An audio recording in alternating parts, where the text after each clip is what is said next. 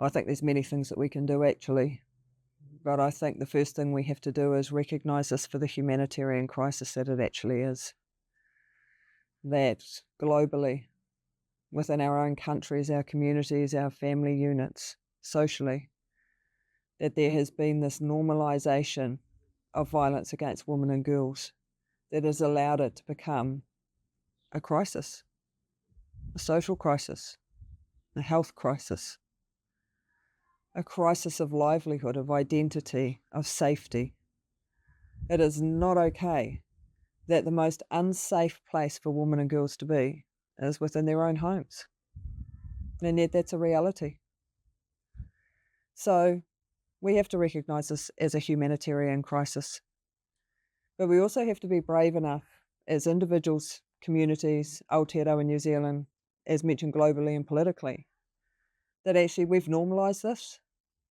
We've normalised this to an extent that it has almost become acceptable for this kind of harm to occur. There might be outrage for a day or two when another woman or child is killed, but then everyone gets back to their normal old life. So how do we change that? We have to have accountability. We have to say normalisation of violence against women and girls is not okay. Gender-based violence is not okay. But we have to have the systems in place to ensure accountability for when those violations and those abuses and those harms occur.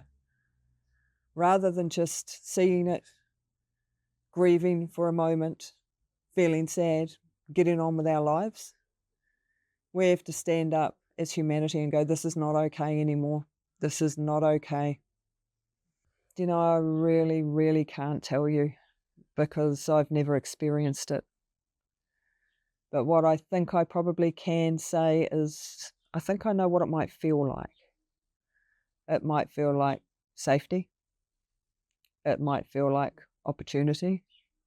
It might feel like excitement, freedom of expression of self, breaking glass ceilings, regaining agency and autonomy over ourselves so that we can exist freely, psychologically, socially, emotionally, sexually, religiously, culturally.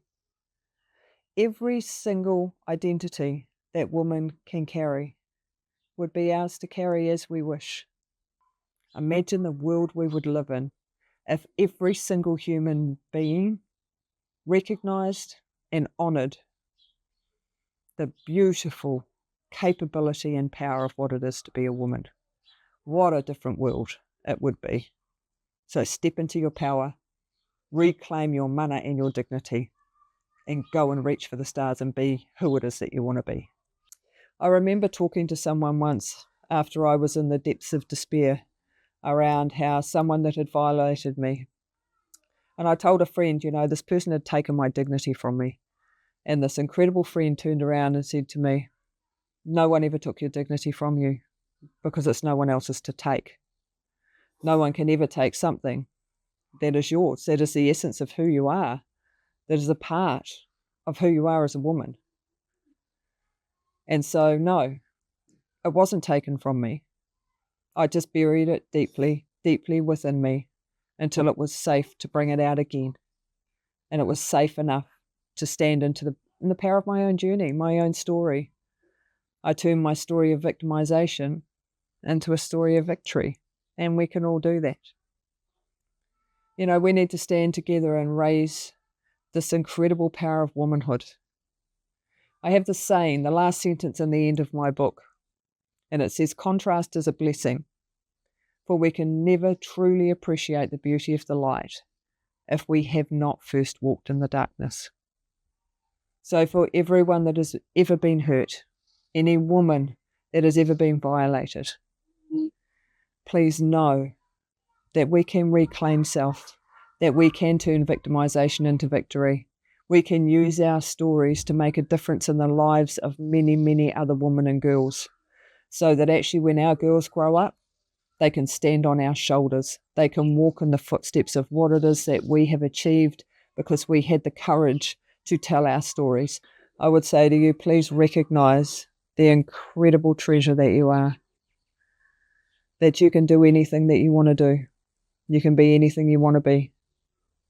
You just need to stand in the power of your own identity, your own journey. That no one has the right to take any of those things from you.